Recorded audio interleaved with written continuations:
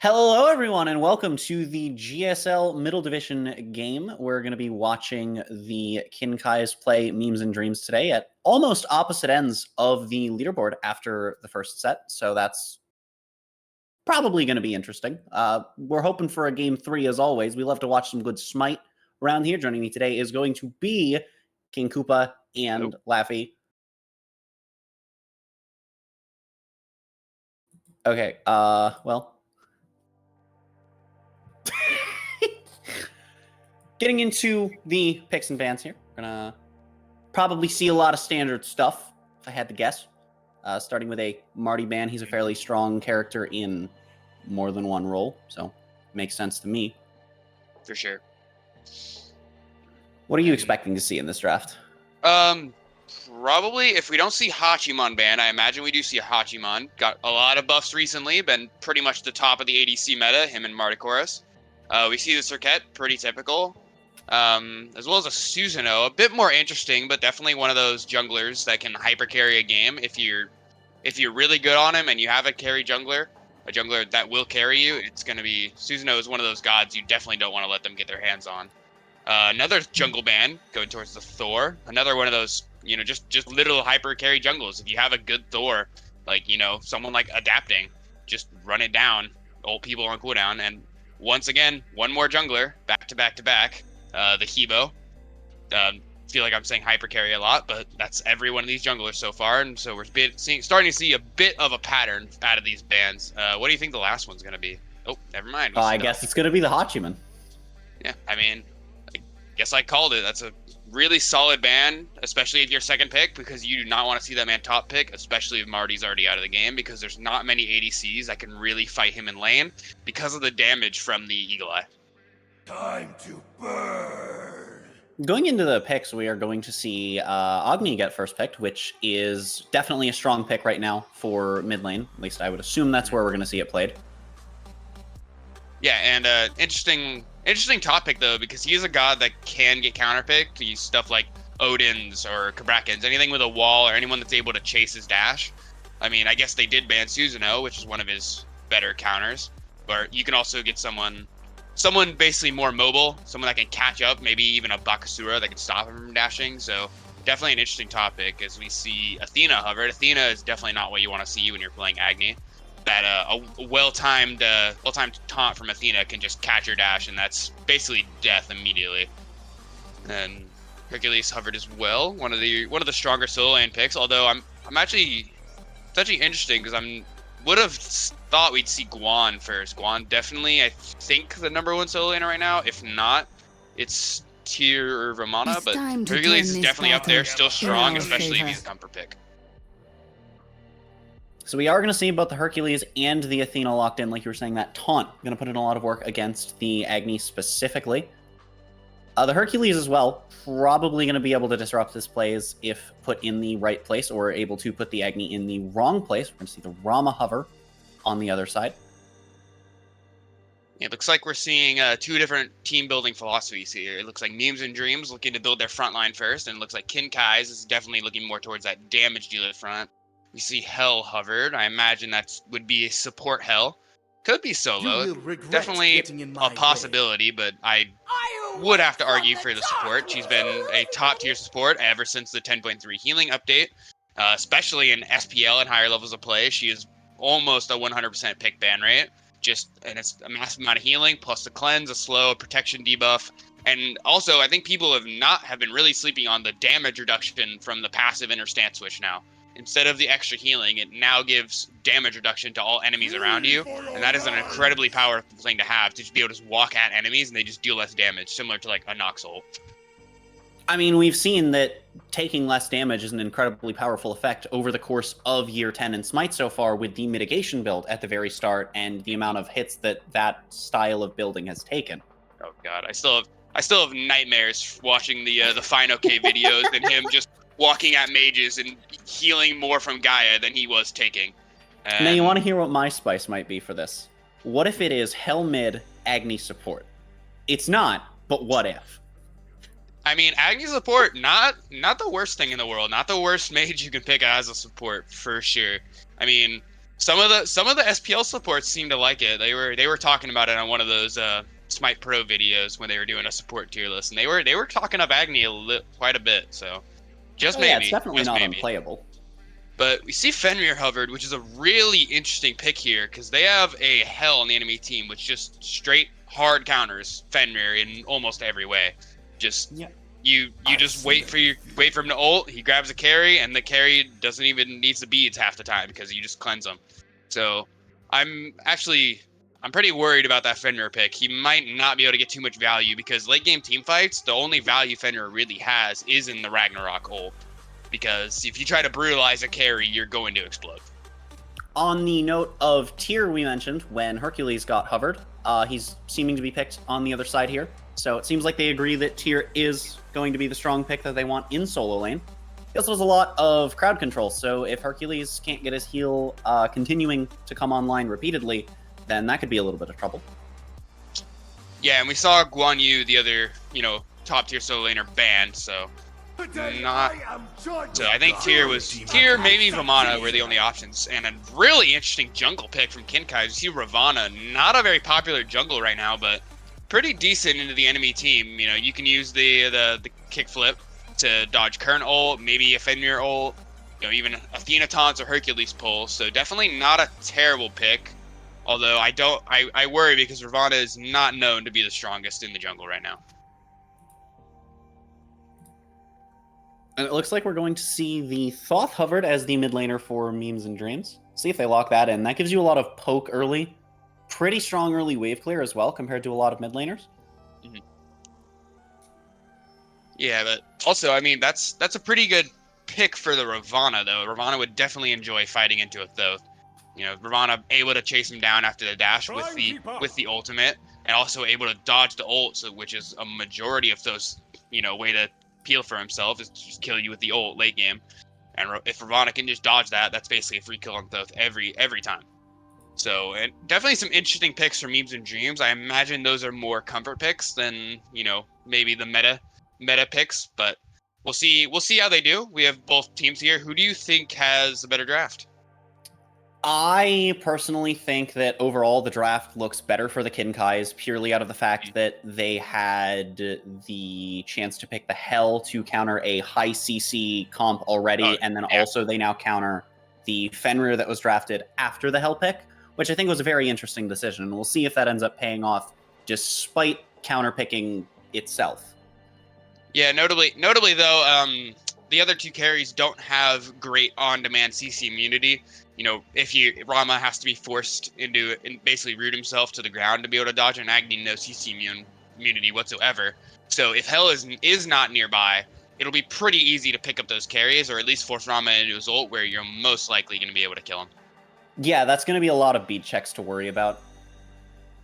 Yeah, but the other three, Hell, Ravana, and Tyr, are going to be a lot harder for Fenrir to catch, for sure. And I don't think you ever want to be ulting a Tyr into your backline. That's how you get Deathwalkered. That sounds like a really quick way to get team wiped very quickly. Yep, many offenders have made the mistake. But we do. I don't know. I think these teams are relatively even. I think Kinkai's has the more meta draft, but Memes and Dreams seems to be comfortable with these picks if they're willing to pick them into these counter matchups. So we might see a comfortability or a confidence diff from Memes and Dreams. Well, we're getting into the game to see how exactly that's going to play out.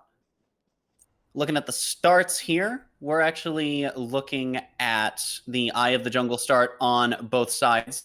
But what's interesting is they're building different items for their starts, looking like a probably Jotuns for the Fenrir. Yeah, Fenrir definitely. You'd rather have that early cooldown because late game, Transcendence is usually an item you build if you want to be a late game player because Jotuns just doesn't have the same amount of damage come late game as Transcendence.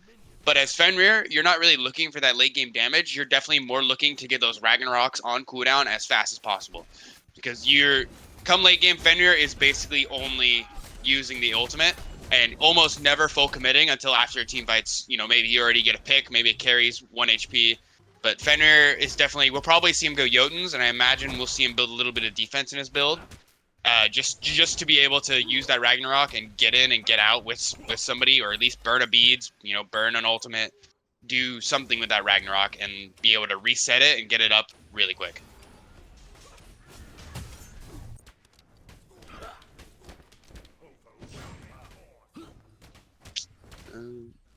But as for the early games here, it looks like Duo Lane has gone to the side of Memes and Dreams. They've gotten a little bit of pressure with the Kernanos and the Athena. Interesting against the Rama Hell. Rama Hell definitely the stronger wave clear, but Kern and Athena definitely the stronger god clear. Being able to do a lot more damage, a lot more CC lockdown, and a huge taunt from Athena comes through, leaving Rama at half HP. But this Hell, it's not gonna be half HP for much longer, and that's why Hell is so incredibly strong right now. Is that out of combat healing is really good early and late game for resetting, maybe around those firefights, or even just in this lane at level 2, being able to back up a little bit and get back to full HP before trying to re-engage again. And it's looking like a lot of pressure going in favor of the Kinkais in mid lane, whereas the inverse might be happening for Memes and Dreams in spite of all of that healing. Yeah, in middle lane, I assumed this 2v2 would go the way of Kinkai's. Fenrir Thoth is not the best level 2, whereas Agni Ravana is a very strong level 2. Notably, Ravana able to dodge most of the damage from a Brutalize and return it with a very low cooldown 1 with the 9-hand Shadow Fist. And a bit of scrapping over the shield camp is going to go in favor of the Kinkais there, so they're not going to pick it up, opting out of that, but it is taken away from Memes and Dreams, which is always a good thing for any of those things, provided you don't lose most of your team for it. A bit of a 1v1 happening between the junglers. The Horn Shard gets popped by the Ravana, thinking he would be able to chase maybe, but it's going to be really hard to try 1v1 a Ravana at this stage of the game because of the shields he gets from his passive. It's 7% of his health every 8 or so hits. That stacks up really quick, and it's a lot of extra health. It's basically a full shell, or maybe even 2's worth of shields by the end of that fight. So it's gonna be incredibly hard to out-trade him, especially with the low cooldown of the one, just putting out constant damage, similar to almost like a Hebo with the water cannons, being able to put out a lot of damage really quick, especially this early. Sarthak looked like he was going to try and go for a gank onto the duo lane, but seeing what looked like a missed opportunity, decided to just go back and farm. Probably the better decision, in my opinion. Could have tower dove, but I don't see that having gone well, personally. Yeah, I don't imagine we'll see a lot of kills early here. A lot of these gods are incredibly safe, so ganks are going to be really hard to come by, especially for Ravana. Most of these characters are able to get away from Ravana pretty easily, at least until Ravana is level 5. And in that case, he can really only gank with ults, because if he tries to, get in and root somebody, then we're just going to see them, dash away. And if he doesn't have ult to chase, then there's absolutely no kill potential. But interestingly, we see the Ravana go beads first, which is I guess for a Fenrir, for this comp, beads is a great pickup. But normally what you like to see on Ravana is a blink first, because you have the overhead kick. In a dual lane, beads comes out of the Rama. Yeah, that's going to eat the beads. We're seeing a tower dive come out, but the Rama's going to burn his ultimate, hitting all of the shots, I think, and getting out alive, just barely able to. But thanks to Frosty being on the heal over there, the Hell will be able to heal. That's going to kind of stop mattering in a few minutes. Not going to end up mattering. Poke doesn't really do a lot when you're dealing with a healer, because they just heal. So that's something you need to be very careful of when you're doing things like that. You have to make sure you're getting enough value, which usually means making sure to get a kill. Speaking of kills, looking at a gank onto the Hell. Frost is going to go down to Sarthak, and it looks like the counter gank is going to come in just a little bit too late. Yeah, not able to hit the Prana Rush, the Ravana ultimate. Unfortunately, you're just missing it off of the Kernanos there. But Hell just being a little bit aggressive, she doesn't have a lot. She's a very easy god to catch out, especially if you're not able to cleanse that Athena taunt. Pretty immobile, has a decent little bit of movement speed, but when you're against a Athena and a Kernanos, that movement speed's not going to matter too much for you. And the big thing about Hell Cleanse when you get CC'd yourself is you can't cleanse yourself. And it looks like we're going to see that Brutalize coming out of Sarthak again, but the Agni's going to be able to peel for the Ravana, and get the counter kill.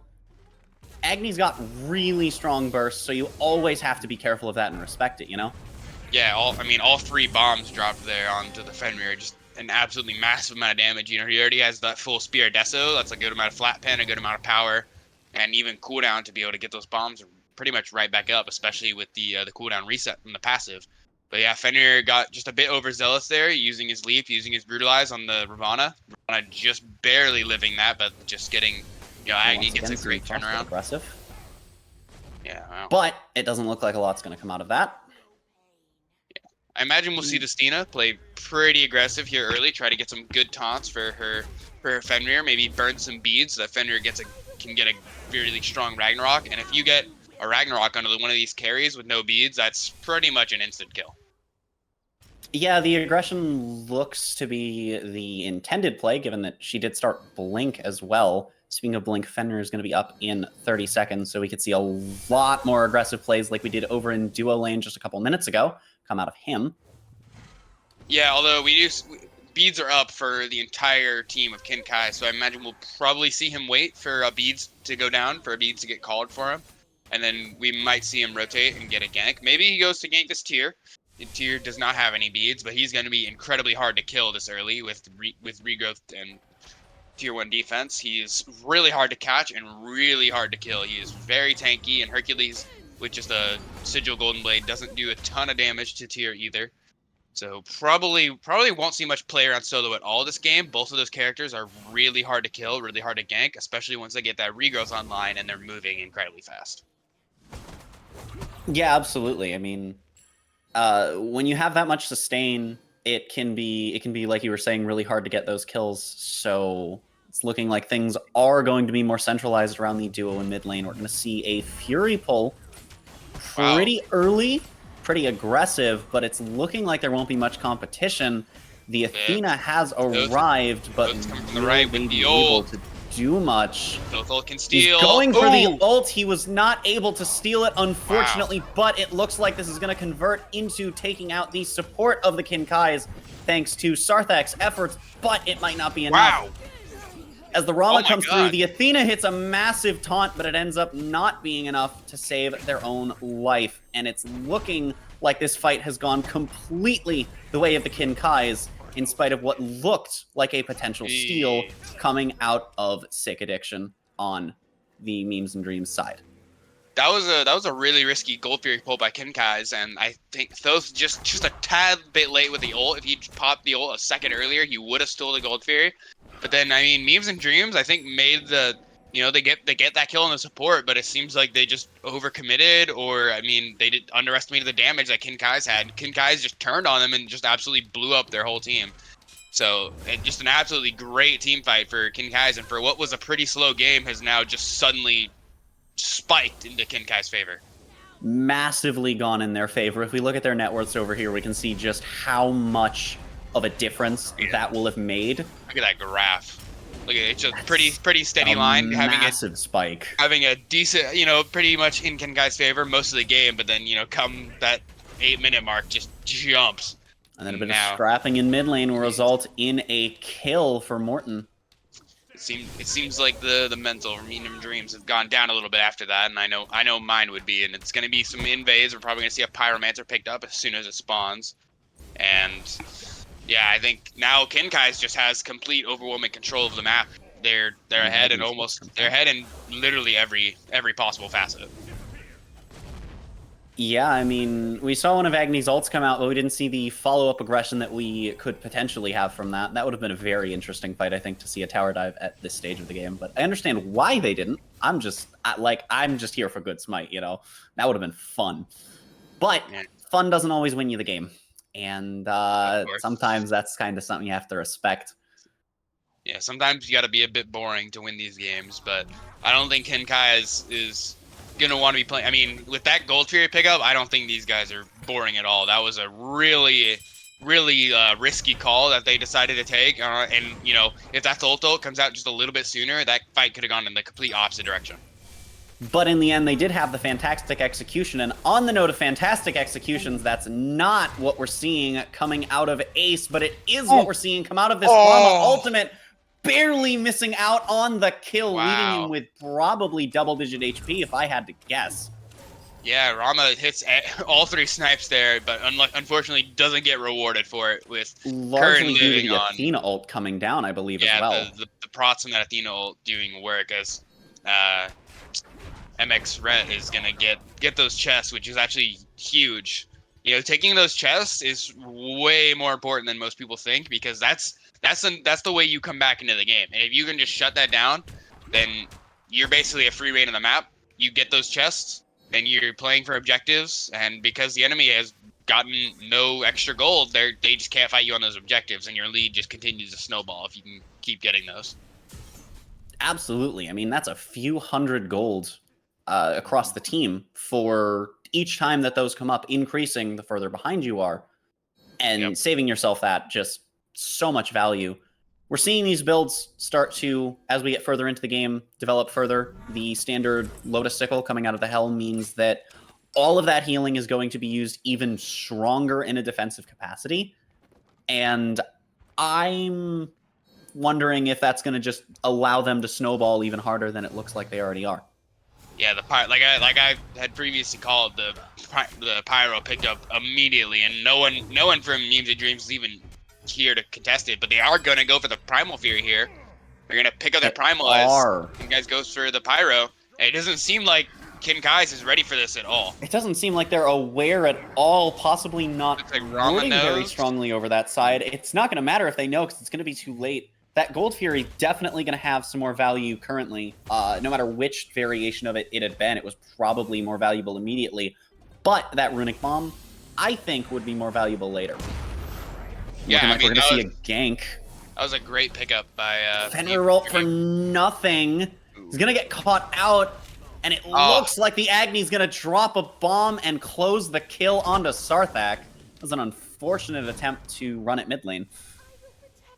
Yeah, Ravana going a little bit overkill there with the Mystic Rush, just completely violating Fenrir's corpse, unfortunately.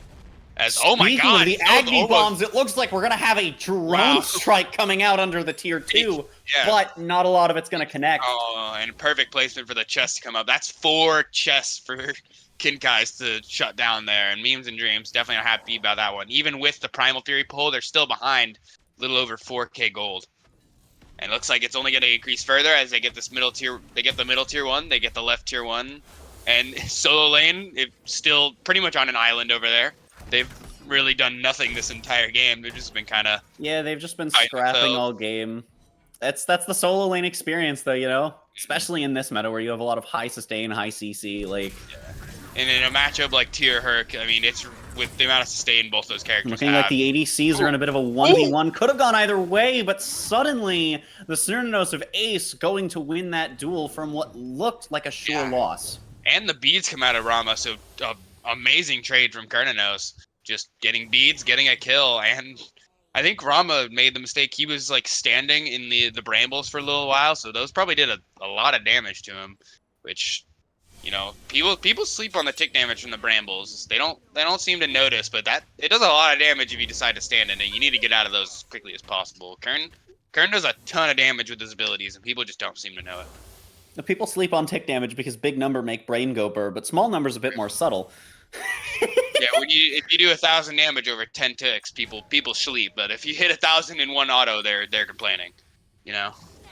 Yeah, and it's like, you know, oh, hold on, wait a minute. I'm gonna hold my own thought here, as it looks like Hercules was looking for some aggression onto Frost there, but didn't end up paying off.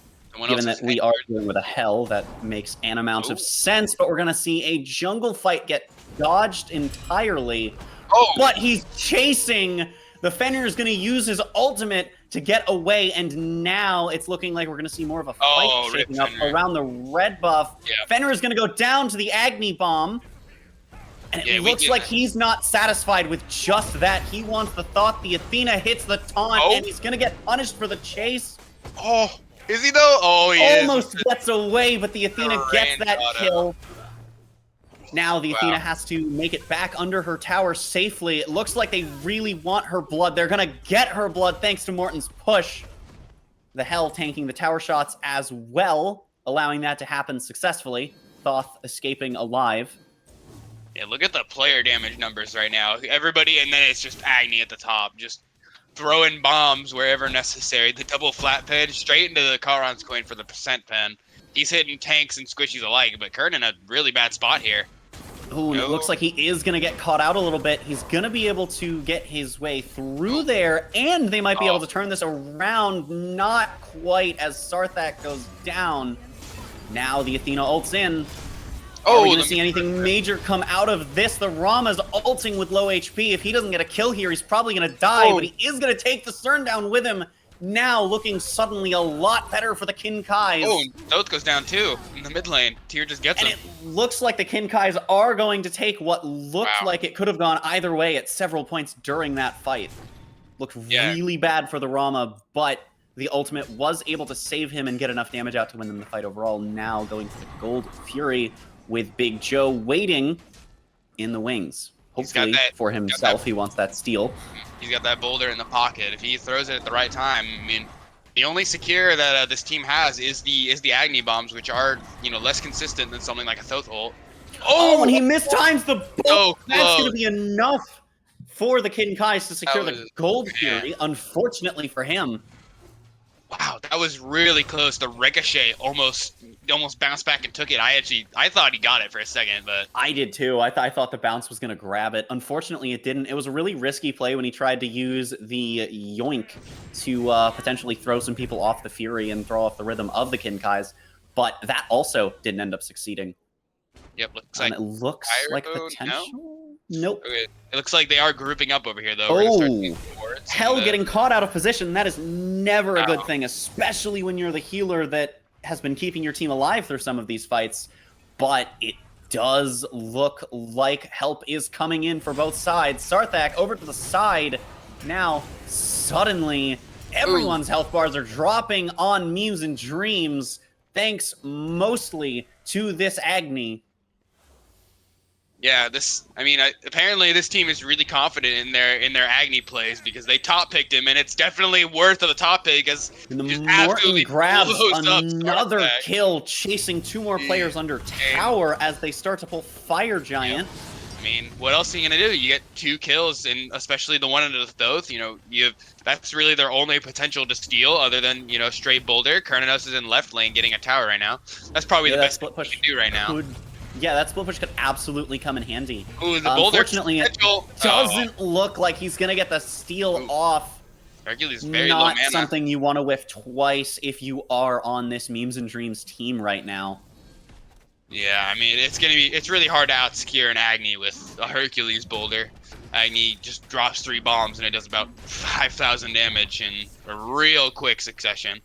Just an absolute ton. He already has 15k damage in 18 minutes. He is just cooking up the enemy team, no pun intended, just shredding through them. And Fenrir's 2-7 right now and I think he probably should be building some defense because he's getting caught out a lot, and the Agni is just blowing him up. Like, he's 4 levels down. Memes and Dreams really needs a miracle to come back into this game now. Not only is he 4 levels down, like you pointed out, he's also the same level as their support, which is not something you particularly want to see coming out of the jungler. Right. Like you're saying, defense probably goes a long way here, but it's also possible that his philosophy is just, if I hit them harder, I'll die less. Also, off the back of that Fire Giant, we did see the last of the Memes and Dreams Tier 1 towers go down, as we now see them start pushing the Tier 2s. That's going to be a lot of damage coming to Frost, although with that self-heal from the Hell, that ends up not mattering. They will secure the Tier 2 before Memes and Dreams can arrive on the scene. I expected that to erupt into a fight, honestly. It definitely could have, but I don't think Memes and Dreams wants to take a fight here. Their Fenrir is so far behind, plus Fire Giant.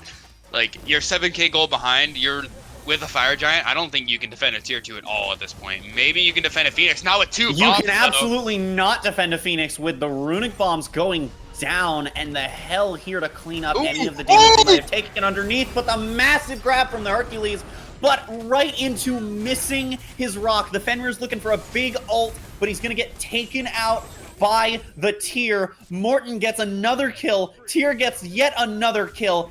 Ace now left, low HP. Big Joe, last hope standing. for this Memes and Dreams team, and if he's not able to do enough damage in this fight, the game is going to end here. It looks like he's retreating to Fountain to get that health back so that he can go in. I think he should be able to prevent them from ending here, but it's not a guarantee. Still a lot of damage. He has to walk away from got a lot of damage. Minions coming back in, but it doesn't seem like Kinkai's is going to commit any further as Obeeks is really close, and he's going to go down to the Fenrir. That's a big kill for Fenrir. What a massive ult! Oh my goodness, and now the tier caught completely out of position. What looked like a potential for ending the game from the Kinkais has now ended in several deaths, and now opens potential for a comeback for Memes and Dreams. Yeah, definitely great for Memes and Dreams. They got a lot of gold out of the kills there. You know, a lot of shutdown potential. They weren't able to kill Agni though, which is probably their biggest bounty, right? But if you're gonna die at any time, that was the best time for Kinkais to die, because Fire Giant, they'll all be respawned before Fire Giant's up, and Memes and Dreams is really only gonna get gold tier here. Maybe not even that. As maybe not even up that. The plate. Oh, just but barely. They are going to be able to secure it, ironically, with the boulder that has been whiffing those secures on previous objective takes. So, a bit of irony in how that got secured. Just a bit late for the Agni, not able to get up in time for the bomb. But Pyro's up here, and I imagine Kinkai's is going to pull it immediately. And Fire Giant's definitely next up on the plate, as it's up in about 30 seconds. Or 10 seconds. It does look like they are starting that pull. Frost. Yeah. Going to tank a lot of that damage and then heal it all off, because that is what Hell does. Yeah, I think they're probably going to pick up Fire immediately, because there's nobody here for Memes and Dreams to even try to contest this. Absolutely no contest. We have the Ravana playing aggressive from Morton, and then we also have Zats on the tier defending. The rest of the team confident that they're going to be able to take this thing out pretty quickly before opposition, which there won't even be a need for those defenses, as no one is coming to contest this.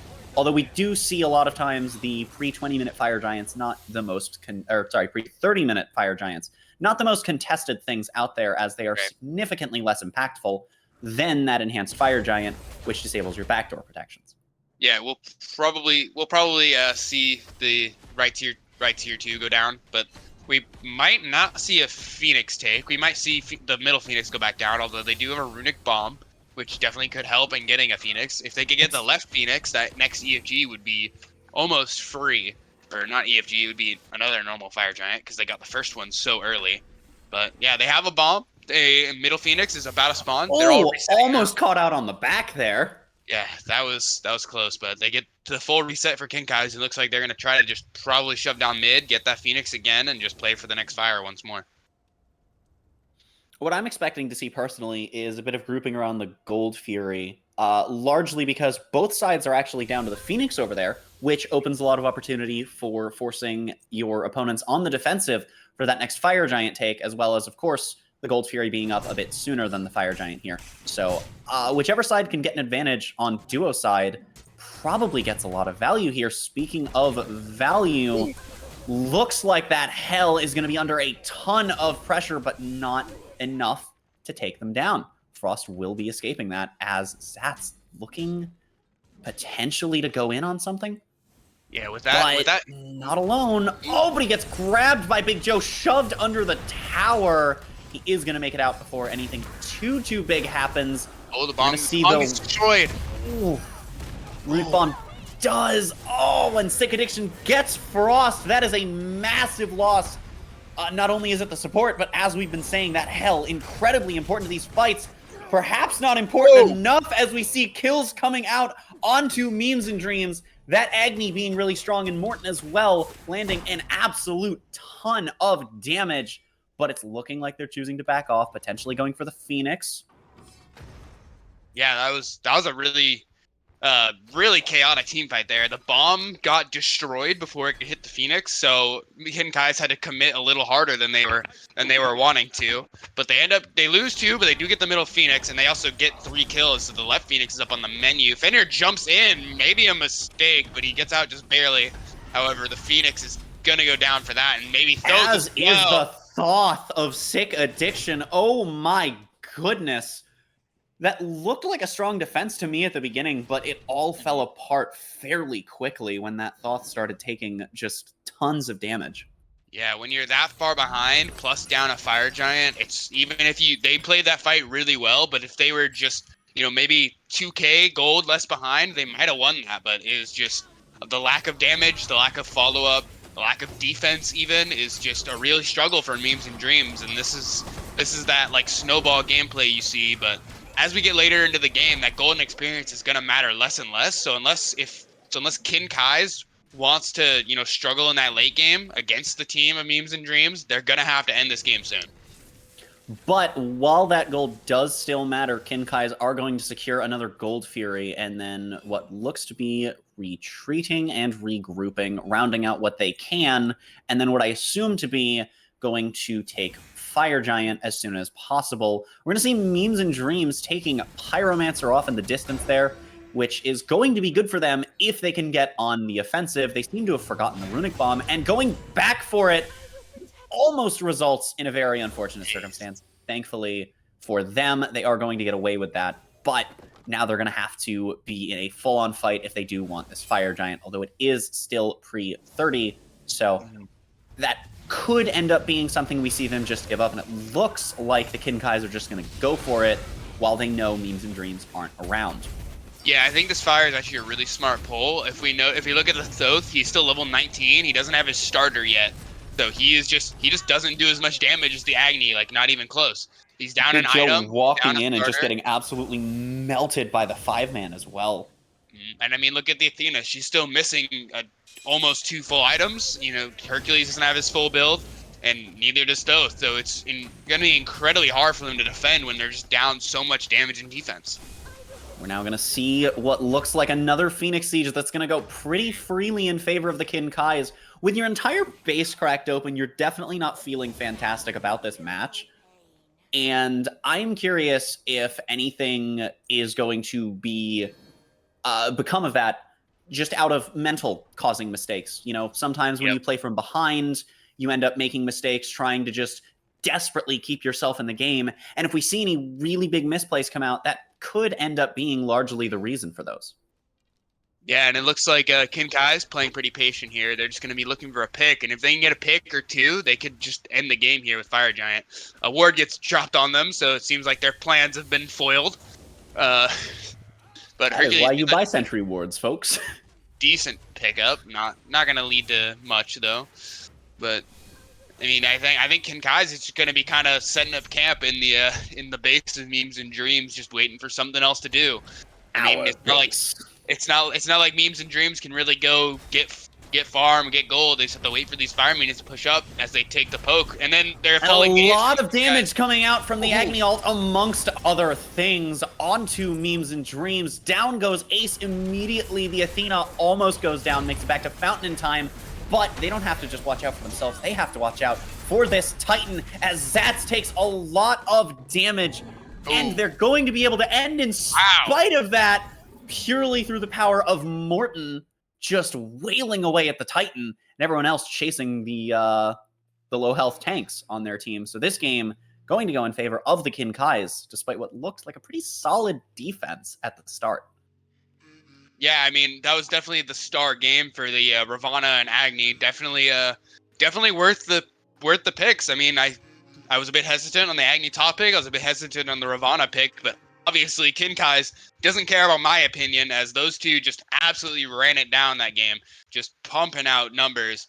Yeah, the Agni with a full 30k in a less than 30-minute game. There was no EFGs that game, and he did 30k damage. Rama also getting more damage than I thought, and Ravana not having as much damage as I thought, but still, putting in the work. And the Athena with 18 wards. Oh, geez. The Fenrir with only just under 7k damage as well is a little bit surprising, as all game it felt like when he was there, Sarthak was doing things. But of course, it ends up not mattering in a lot of those fights, as we ended up seeing. So even though it looked and felt like a lot was happening from him, we can see that it did in that game. And, perhaps picking Fenrir into some of the enemy team that he was picked after was not the best idea, and maybe they'll be looking at that going into the draft of game 2, among other things. Yeah, and I think maybe going a full damage Fenrir into an Agni is particularly dangerous because Agni can just dash, stun your brutalize, and if you're stunned, Agni just kills you every time, especially if you're 4 levels down. But I think we're gonna go ahead and cut to a break, and we'll see you guys in the next game.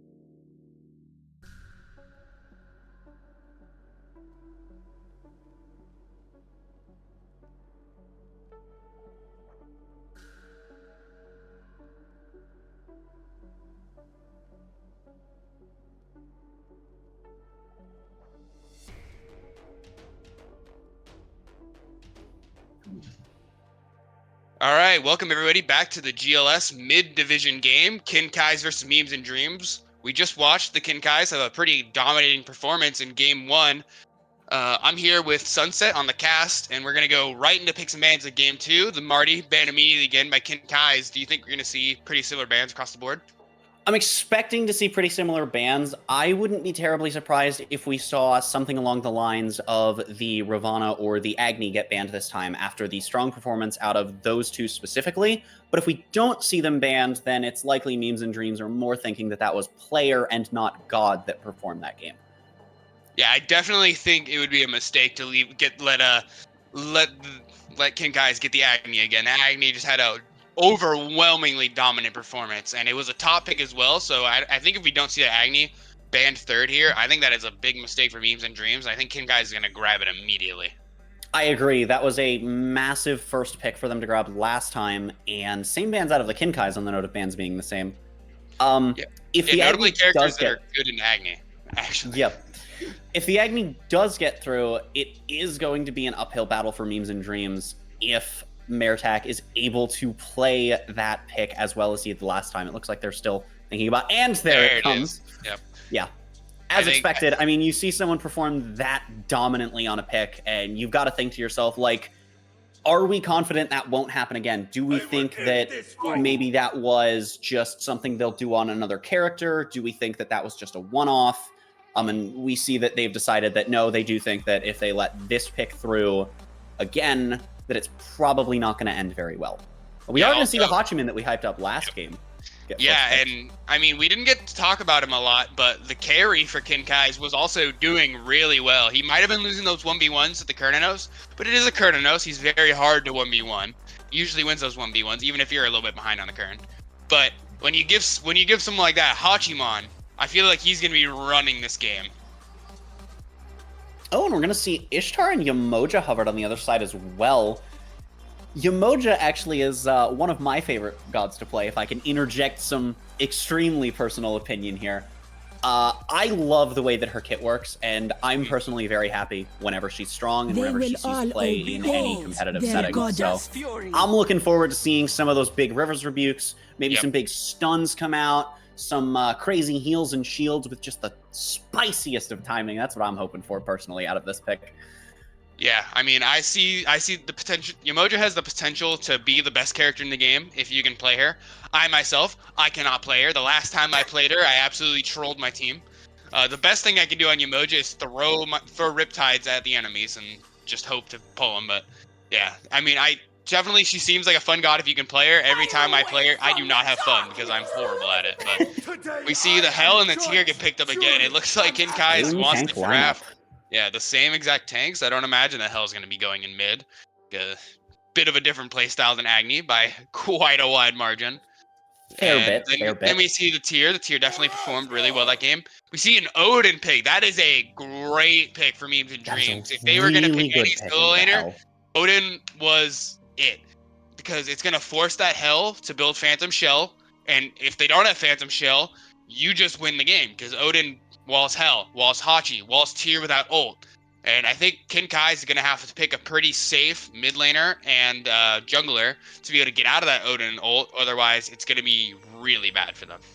And you're also going to need to make sure that whatever you're building for your comp, whatever you're playing, however you're, practically I can't think of the word I'm looking for, inserting the playstyle. Whatever you're doing, you need to make sure that you're not over-relying on the Hell. Not that I think they were doing it that at all stages of that last game, but we did see a lot of times in game one where there were definitely moments where that Hell saved a lot of deaths from happening. And if we're in similar situations with the Odin now there, all of that healing is suddenly going to be offline. That could be massive points in favor of Memes and Dreams coming out of these Odin ults if they're good. Ooh, and we get the Bakasura gets locked in, which is a pretty good matchup into the current trap. Kinkai's good in the Tier, good at burning Hell because she can't get away from you very well. Pretty decent into Hachiman if he doesn't have his ult up. But the Wheelix gets hovered by Kinkai's. The Wheelix is really good into the Memes and Dreams team. It catches Odin, catches Baka, it catches anyone that decides to go through Yamoja Riptide, catches Ishtar off of the backflip from her 3 if she hits it. It is Yamoja, not to mention with the Tier being able to set him up, but Wheelix looking like they're moving away from it to the Mercury. Very interesting. Mercury is also a pretty solid pick, being able to pretty much 1v1 Bakasura his late game. Once you have the crit online, Bakasura just needs to hit more autos than you do. And when you have an 80% attack speed stim in your kit and you hit 1,000 damage in auto, it's pretty hard to auto trade you. Also, with his ultimate, he is able to just dive straight into the backline. He has one of those ults that just lets you dash through an entire team. So if he really wants to, he can just sit behind his team, press 4, and just slam himself through all of them and just pick off a backliner for free, likely trading himself in the process. But, I mean, if you get a pick that valuable, it won't really feel that bad if you're trading like that. And if the team plays well off of it, it won't even be a trade. Scylla locked in, which is going to be a pretty good amount of damage at a pretty safe range. So definitely something you want to be seeing when you have Odin saying, "Hi, get close to me and we win the fight." Yeah, I mean, Scylla, a pretty similar playstyle to Agni, actually, where you kind of just throw your damage at people, you dash away from danger, but notably being able to get out of Odin cage is a bit better than I think Agni would have been into that matchup. But Akasura is pretty decent into Scylla. If Scylla doesn't have beads or ult, it's going to be really hard for Scylla to get away from him. But you do have stuff like Tyr and Hell, who's able to cleanse. Hell can cleanse Scylla out of the Baka ult, or Tyr can just grab Baka and just move him. So I think both junglers are going to have a really, really interesting game this game. I feel like both junglers need to play around the peel from the supports and the solo laners very well. Otherwise, they're just going to get destroyed. On the note of cleansing and mid lane picks, we're going to see the Chang'e locked in. So that's also going to be interesting to see how that plays out. I think that into Mercury, into Tyr, having that, and Scylla as well with, massive burst that she brings to the table. Chang'e having the ability to just do a backflip and say no is definitely going to have an impact if it's played well, at least. So probably what they're looking at in this comp with that pick, if I had to guess.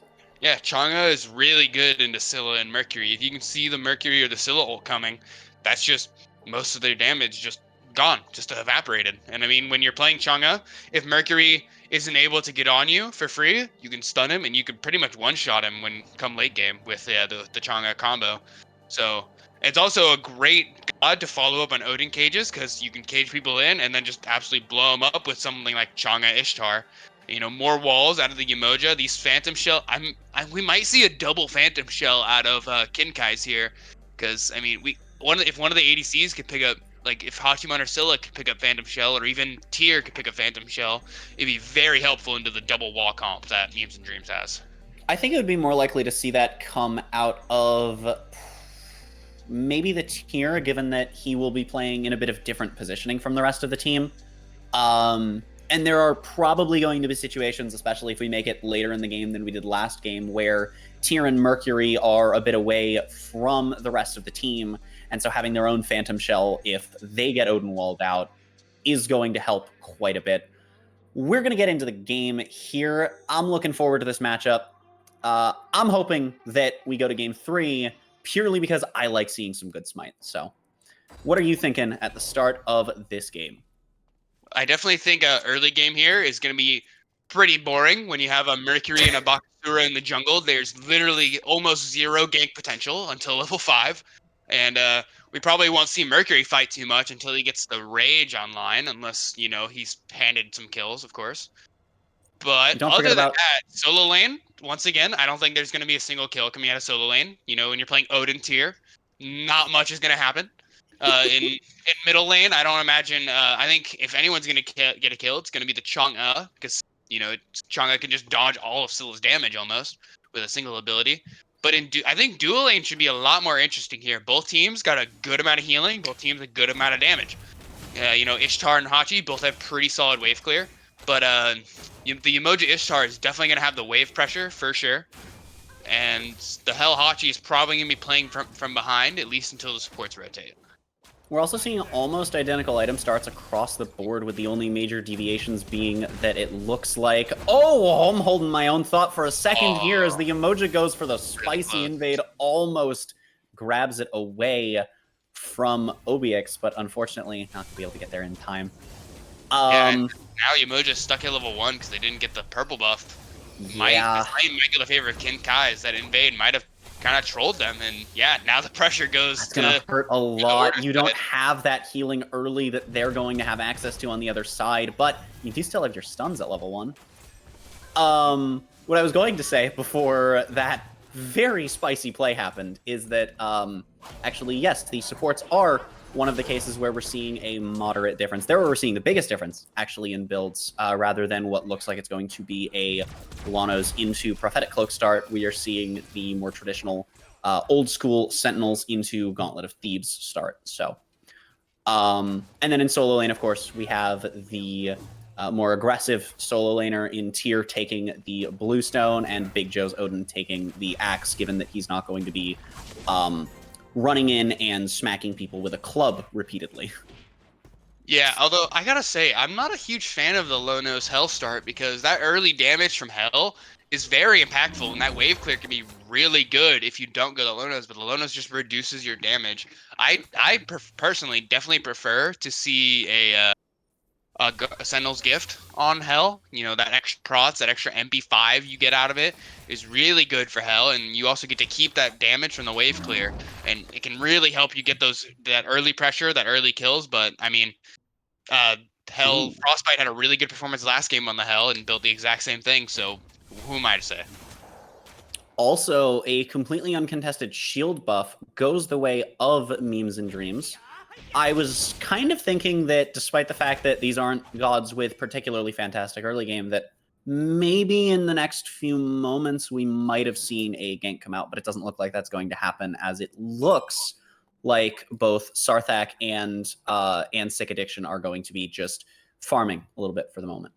Yeah, not like I said before, not much gank potential out of Mercury or Bakasura until either are level 5, because they definitely rely on hitting auto attacks, and you know, trying to chase down people when you don't have your main setup ultimate is really hard, especially on, you know, Bakasura and Mercury, because I mean, Mercury's really fast, Baka's pretty fast, but I mean, when people just have movement abilities, you can't really just auto them and keep up until you're able to get that cripple, you're able to get that ultimate with the stun.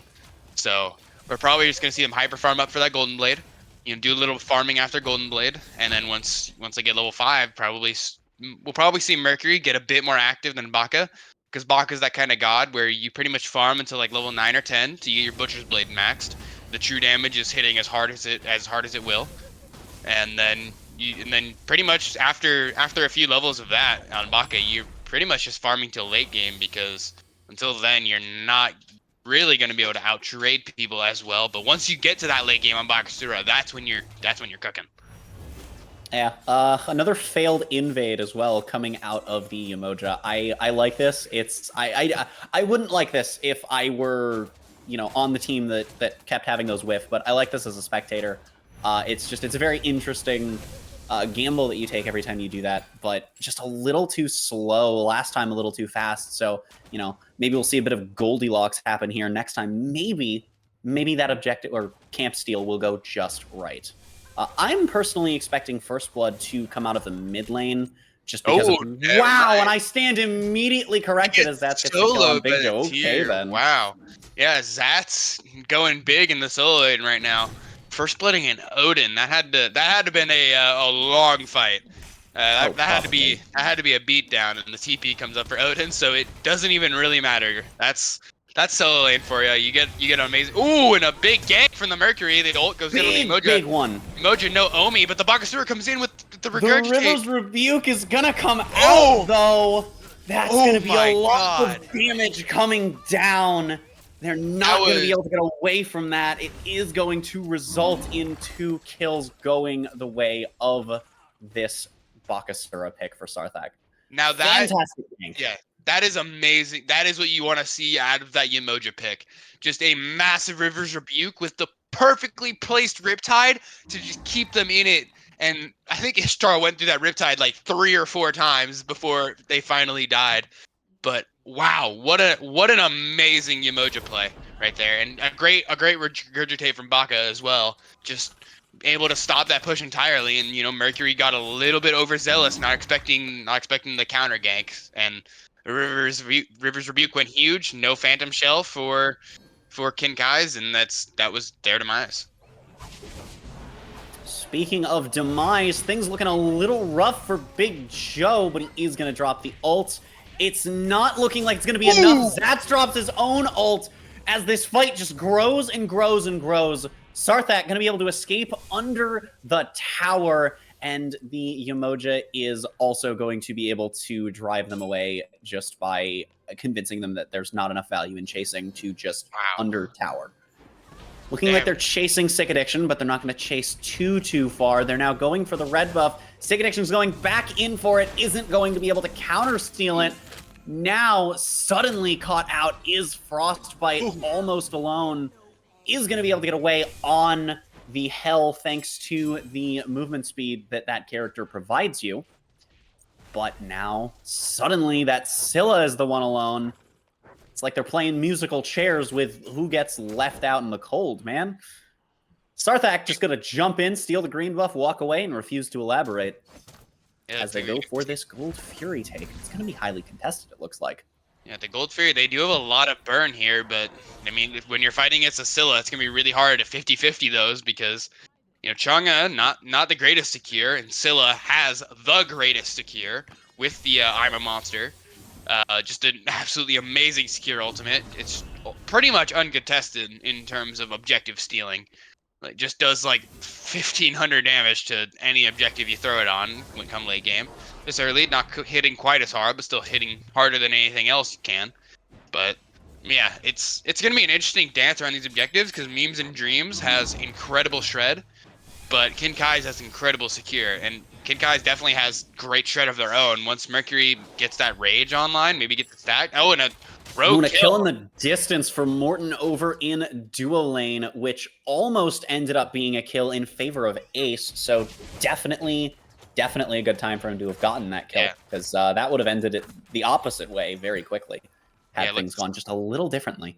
Looks like they needed both ults from Kinkai's, the Mercury and the Hachiman ult, to kill them, but you're always going to be, that's always going to be worth the kill, especially this early onto an ADC, as Hachiman is going to love having that lead, and Hachiman can definitely run away with it, with the EI jutsu. It's really hard to 1v1 Hachi when he just dashes through you, stuns you, hits like 3 autos, drops a flag on you, and then you're dead, right?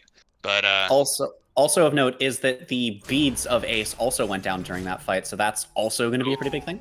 Yeah, we might see Merc do a really Speaking of additional matters, we're going to see Big Joe once again get jumped, ult, walk away, and hope for the best. This time it is going to work out in his favor, as we're not looking at entire teams collapsing on solo side this time. So it looks like things are getting underway at Gold Fury instead now, as we see Memes and Dreams initiate a take, but the entire Kinkai's team is ready. River's Rebuke going out to try and obscure any takes, try and stop people from walking close, but the Kinkai's will get the secure, although it will cost them their mid laner as Sarthak secures a kill onto them. The Hachiman's going to use his ultimate to get away. Frostbite in a bit of trouble, but now under the tier 2, with the tier 1 still standing, with Memes and Dreams deciding that that is not even remotely worth an attempt. Frostbite now looking to go back in. A lot of sustain on that hell pick, but will it be enough to make this the correct decision? Looks like it might be something you can get away with. Suddenly it looked bad for the hell, but Ace ends up getting OBX after the kill onto the Emoja. A lot of emotions there, a bit of a roller coaster no matter which side you're on there. Yeah, but Kinkai's definitely coming out on the top. They trade 1 for 2 in kills, but they also get the Gold Fury, which is absolutely huge. We see a little bit of a spike, drops back down just a tiny bit, but now they have a 2K lead. Pyromancer's up. They have a Scylla, they have a Mercury. Like they're gonna be able to shred these objectives, and it's gonna be really hard for Memes and Dreams to try to contest. I think Memes and Dreams needs to be a little bit less risky with these pulls because that, like I said, that Scylla just kind of walked up and stole it because Memes and Dreams doesn't have that good of secure. Yeah, and I mean the idea behind using the River's Rebuke to try and help secure and also prevent secure would have worked a bit better if, line of sight was more important, or the Emoja had more damage in that ultimate. Unfortunately, with neither of those being the case at the moment. When you're low level like this, it's not really going to do a lot, even with ultimates coming out of supports. And so looking like we're going to see Sarthak ult for a kill onto Frostbite, which takes away healing for the next few moments. Also going to allow them to go after this Pyromancer, as it looks like the Kinkai's are going to be stepping up. The Scylla throwing out an ability in an attempt to secure Pyromancer, but Memes and Dreams have backed off of it, so it looks like that isn't going to happen. Zat's doing a great job of zoning, but he gets caught by the double wall. Ultimate is going to go. He goes in very poorly, but Zat's going in, throwing out his dash, pinning them to the wall. Oh my god, Meritak's going huge! Meritak ults for the kill. You are indeed a monster, my friend, and Sarthak goes down as well. Looking now very bad for Memes and Dreams coming out of this fight, and the Pyromancer now going to be engaged by the Kinkai's. Meritak on defense from just this Yemoja pick. They're going to get the Pyromancer. And we're still going to see a bit of poking happening in mid lane between these two. But Meritak going to be backing off as well. Low on health and mana, and the entire enemy team's about to be back up. Oh my goodness, an ace with the ultimate and the tower dive. The minions! Oh, but the minions get the kill! Wow, oh my Dude, god. Steve is a trooper, and if you don't respect him, that's your fault. Oh Ace. my goodness. Ace putting in, going absolutely aggressive, going crazy, diving in, unfortunately going down to the minions. Yeah, that was unfortunate. But back to, I want to talk about Meritak a little bit. Apparently, banning Agni was not enough. Banning Agni was nowhere close to Meritak just went absolutely insane. He just popped the ult, the tier gets the fearless, bam, that's 1 kill. And then he hits, the tier hits another fearless on the Chonga, bam, that was a 2nd kill. And then gets the kill on the Baku, tried to engage it, but the ult comes down again! Oh my god, Meritak is insane! He just doesn't miss the monster ult. Yeah, you know, I mean, like you were saying earlier, it is an ultimate that just does so much damage, and if you're not able to get away from it, if Meritak is able to land it on you, it is just so hard to survive, because even if the hit itself doesn't kill you, it leaves you in such a bad position that tower dives that probably wouldn't be worth it if any other character ulted you suddenly now become a lot more viable when a Scylla ult hits you, because now you've gone from what would have been quarter health to suddenly double-digit health. And then it starts to be less of, well, can I land this ability or this many autos, and more, can I hit literally anything onto this person? And the answer is usually yes. Yeah, I mean, we already see a 3-level lead in mid lane as dual lane gets a little bit of gank. The Mercury ult, the Ishtar ult. Ishtar getting pretty weak, but so is Mercury. The Aegis comes out, but Mercury's gonna take that one down with the dash as Hachiman gets the final auto. Definitely a great gank. Once again, another 2v1 thanks to the gank from Morton that results in burning relics off of Ace, but not burning relics off of Obix. So that's going to help a lot in the 1v1. Ishtar is pretty strong in the CC department, even with that ultimate down. You know, she's got that Mesmerize, she's got that Root. Those both help a lot in 1v1s. 2v2 going down in mid lane. A little bit of damage coming out onto the Umoja as she burns a lot of Omi getting out of there. That's not going to be super fantastic. But she is going to get away and rotate over into the jungle, where it looks like Obix might get jumped on as this tier 1 gets taken, and they back off of left jungle as well. Now looks like they're looking at the tier 2, but Memes and Dreams are coming in from behind. Missing the stun is the Umoja, and Meritak is going to be able to get away and land a pretty sizable ult onto a fairly tanky Umoja. Wow. Now we're going to see Big Joe drop the ultimate. It's looking like a lot of damage coming out onto Frostbite. Zats gets a kill. Obix gets a kill onto Sarthak, and also Sick Addiction. Big Joe now extremely low health. All of the damage on Frostbite now being healed away. Big Joe going down after getting chased by 5 people, with the Umoja being an escapee from that fight. And again, like I was just saying, we see that Hell is already healing off so much of that damage. Now they go into Fire Giant. Even though it's 15 minutes, they have a Mercury, they have a Hachi, and if we look at the levels in gold here, they're pretty much in this, Kinkai's is in the exact same situation they were last game, where they just have a huge lead early, they're ahead across the board, and really, the only way Memes and Dreams ever has a chance of winning this game is if Kinkai's makes a mistake. Yeah, I mean, that or Memes and Dreams has to put up some crazy defenses when the sieges start, because I definitely see sieges happening within the next 5 to 10 minutes, based on the dominance we saw last game and how that seems to have converted to this game. You know, not a lot's really changed on that front, so... luckily for Morton also, we didn't have to deal with the Rage Curse, you know?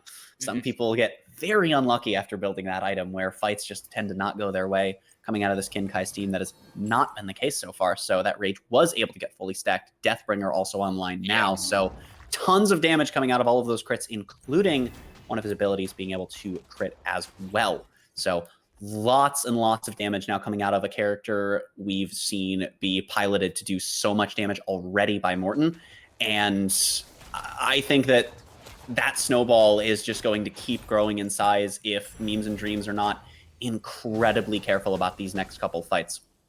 Yeah, Memes and Dreams really needs to just kind of play passive. Hope they're able to get their farm when they can. Because if they try to take a fight or try to contest an objective here, it's not going to go well for And them. speaking of taking fights, it's looking like Ace wants to fight while the Yemoja's being jumped on. Ooh! Will not be able to get God! away, hit by the I'm a Monster. And that will also lead to the Yemoja not being alive to save Ace, who gets jumped on by those three as well. Frostbite, Mertak, and OBX all doing tons of damage. Who let Mertak into this game, man? I mean, like, he was doing good on the Agni, but, you know, it's pretty easy to play Agni, right? You just hit your bombs, but he's doing the exact same thing on Scylla, a much harder character to play, much harder to hit your abilities on Scylla. They come down a lot slower. Like, the bombs are way easier to hit than I'm a Monster, but he's just hitting them with almost, like, I don't think I've seen him miss an I'm a Monster yet. I don't think he's missed a single one yet. And what's really impressive about that is because of how slow it is also more reactable than quite a few abilities are. And so not only do you have to be able to aim those well, you also have to be putting yourself in a position where you're in your opponent's head in such a way that you can out-predict them. You have to predict their predictions. That was a lot of damage onto Sarthak, all for a yellow buff that he was not even able to secure for himself. So that's going to be very unfortunate. He is going to go try and grab that purple, but they appear to have wards there as Morton is going to go try to fight this. Looks like he's backing off, being a little careful. Sarthak might get away with backing here, just in the right spot that no one's going to see him.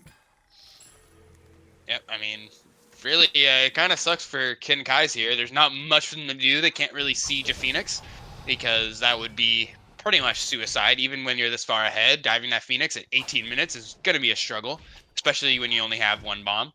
But Fire Giant and Pyromancer coming up pretty soon. 40 seconds on that. I imagine they'll be on that on time.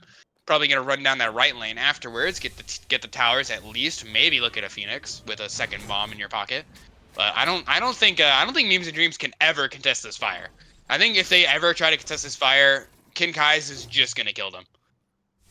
Yeah, that seems very likely, especially because if we look at the solo laners, I know we haven't been paying them too much attention. Solo lane tends to be a fairly slow lane with not a lot going on. Of course, we have seen Zats do quite a bit when these team fights have happened, and we've seen Big Joe get jumped on quite a bit. Look how far ahead Zats is.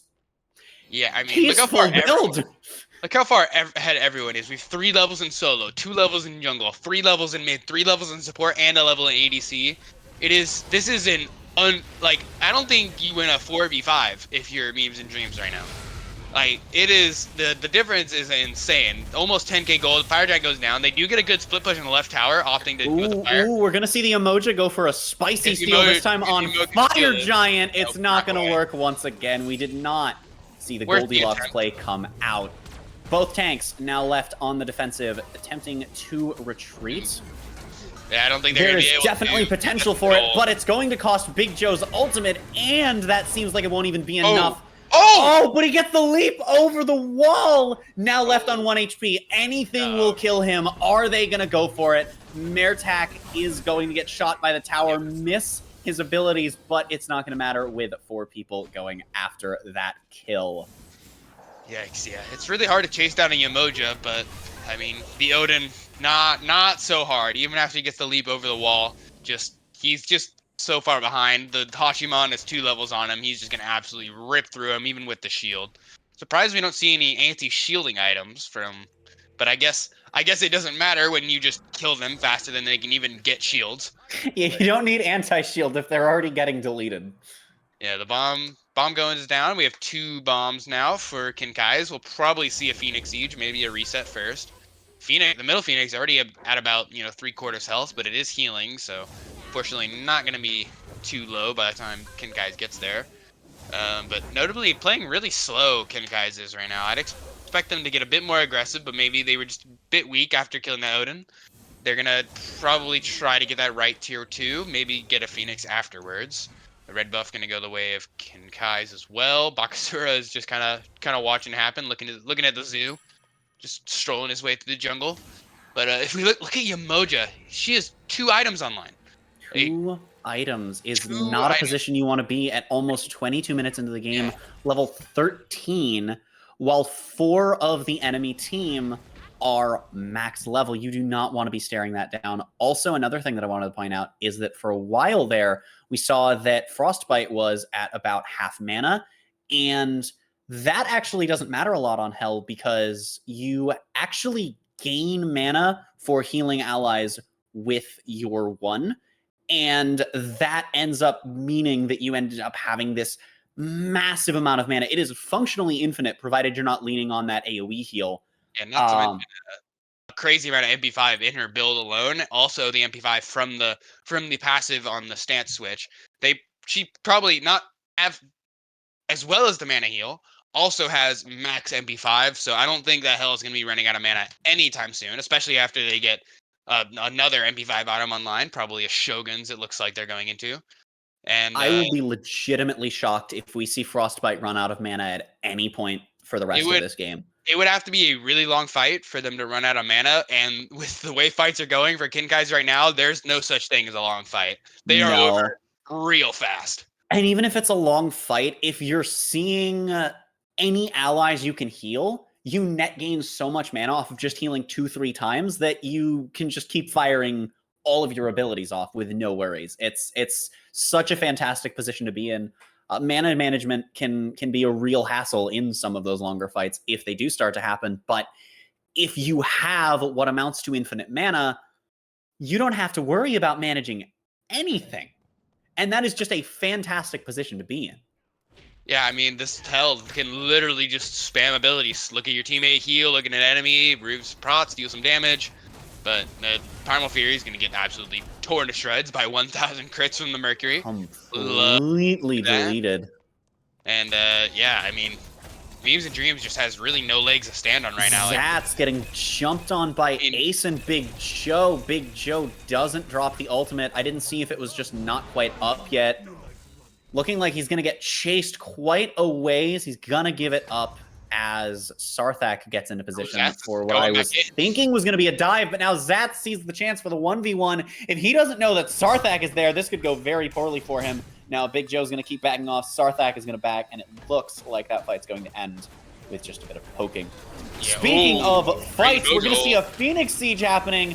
Yamoja ult, Rivers Rebuke over there under the Phoenix almost does a lot of damage. Mertak misses the first ultimate miss of the game so far, or at least from that was an amazing Rivers Rebuke. Potentially big stun on the Obliix, but not actually going to get capitalized on. Very unfortunate. Yeah, a great Rivers Rebuke cutting off the health. Oh my god! A double root and crush from the Scylla forces the Aegis from Sarthak. And a Mercury ult goes straight through. The Phoenix is 1 HP. And on top of all of that, the Phoenix gets so low, but it's not going to go anywhere.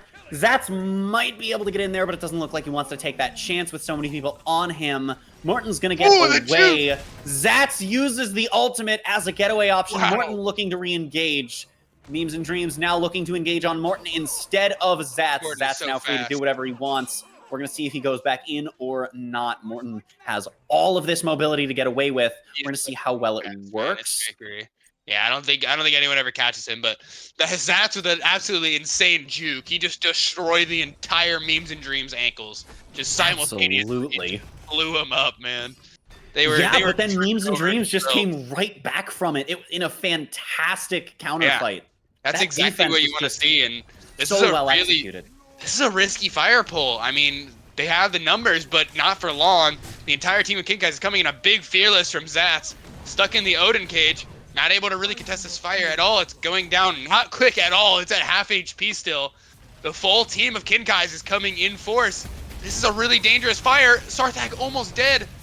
I don't think this looks like they're backing off of it, but the Kinkai's are here to secure it. That seems like the wrong play to me, and they are going to lose Fire Giant and their mid laner as Sick Addiction goes down, as does Ace in a double kill for Morton. This could end very quickly off the back of that unfortunate development. Looks like Memes and Dreams got really confident after winning that Phoenix Siege and just Morton gets another kill onto Sarthak. Zat split pushing the left side Phoenix, while mid is where we're going to see the fight. Zat's moving over toward the main fight. Now we're going to see a bit Frostbite of really weak. poke coming out as Zats just kind of stands there, whacking at people with a club. We're going to see Big Joe use his ult, trap people in the cage. Not going to get a ton of value out of that, unfortunately. It is going to go down. Yamoja, now the last one standing, although Sick Addiction is about to be up in just a second. I thought they were now, going to be in there, but this might be where they go for it. It is 5v3 if they're able to do this within the next 10 or so seconds, if they can get a ton of value. So we're going to see. They're definitely looking at it. They're cautious, but if they're too cautious, they throw away the chance to end here. And it looks like they've decided that maybe we didn't go in quick enough to do what we wanted to do. Probably best to back off from this position. Better safe than sorry. You'd rather get 2 Phoenixes down and then grab this tier 2 and then regroup than, you know, try to end, get team wiped, and then lose immediately. That is definitely the preferable outcome. Yeah, I mean, Kinkai's can play this Titan Siege really slowly. They have great poke between Hell, Hachi, and Scylla, compared to something like a Chang'e, Baka, Odin, Yamoja. I mean, Ishtar is pretty good poke, but not nearly rivaling Hachi's. The Eagle Eye damage just absolutely destroys people, plus the Oboe procs, and he's just going to be melting through people, even if it's a tank, and not to mention, if Scylla gets one root, like, that's at least that's a relic pull or a kill, at the very least. Absolutely. And, dude, this Yamoja is just so far behind, not even having a third item yet. They do have their starter. Still level 15, though. I mean, you 16. Don't want to be in this position. 16 now. It did just swap over, indeed. Yeah, and now we're going to see Kinkai's go for a Primal Fury. We do see Memes and Dreams nearby, but it doesn't look like they know that this is happening, or if they do, they're certainly not willing to contest it, as Big Joe left the only one near there and definitely not going for it. Yeah, it looks like Kinkai is going to play this pretty slow. They're probably going to wait for the next fire, get that fire reset, and I mean, they have left and middle Phoenix, plus this massive lead over, like, we're looking at, like, what is it, 17,000 gold lead right now? Yeah, absolutely. That is just over 17,000 gold. I mean, that is such an insane lead to have. We also see, again, that Mertak is just well up there in the damage, although this time the secondary source of damage is Obx instead of Morton. That's not to downplay Obx's value last game or Morton's value this game, just, you know, bit of a swap in who's, the big secondary this time. The only one that has beaten anybody but the support in damage is the Ishtar, who just has a lot of poke with the one, just able to throw out ranged autos real quick, so that's probably why she is a decent amount of damage, but if you look at everybody else's damage on... Ooh, the Riptide to try and pull back Frostbite. It's not going to be enough, but you know what might be enough? Is being able to focus Zats, but Morton goes in, gets caught in the back line, absolutely melted. Mertak, though, is going to get Spark back. Big River's Rebuke coming out, but it doesn't look like it's going to do enough. So OBX will be getting ace here. The Chang'e blinks in, gets the Aegis from Scylla. The crush comes down. The Fearless gets Sick Addiction. Just getting a little bit too aggressive, and Mertak dashes in, gets the crush over the wall, doesn't hit Big Joe. Every relic but teleport down on the side of Memes and Dreams. Wow. Now they're down to just their tanks to defend. This is the game for the Kinkais, and they take the set 2-0 against Memes and Dreams.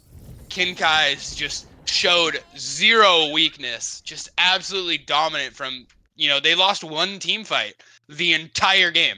They lost one team fight ever. Other than one unfortunate Phoenix Siege, they were mostly flawless that game. Just playing every team fight to perfection, and big props to probably the star of both games, Mertak, just pumping out absurd damage numbers. Just absolutely insane mechanics from him. Missing, I think I saw two Scylla ults miss that entire game. Literally, absolutely insane. He is a machine in the mid lane.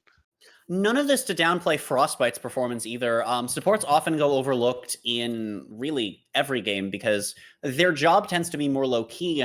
The healing, cleansing, and shred that a Hell provides, as well as the protections and magical damage aura, certainly would have helped Mertak both survive and do a lot of that damage. And seeing something like that, it definitely had an impact on that game, as well as likely on the first one as well. I mean, nearly 10,000 healing coming out is nothing to sneeze at. Yeah, that just healing more than the Emoja and the Chang'e combined. Just absolutely an insane amount of healing. I don't think there is a single person on the side of Kinkai's that was not playing at like peak performance. They were all doing insanely well. Martin was doing everything. He was cooking fights. Meritak hit every ability. Frostbite, insane healing, damage reduction, everything. Zats with the massive fearlesses multiple times, like a mini Deathwalker almost.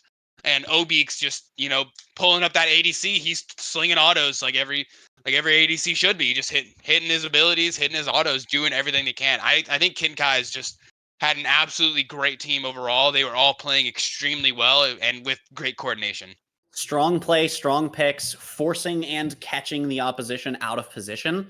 Just a fantastic performance, insanely dominant for what ended up being just under an hour of in-game time. Absolutely fantastic across the board from them. I think both of those games were sub 30 minutes, actually. I believe they were, yes. Yeah, but yeah, great play from Kinkai's, showing an absolutely dominant performance. We hope to see them play just as good as the season progresses. I hope you guys enjoyed watching. It was a really interesting set, really fun to watch, some great gameplay, and we'll see you guys later.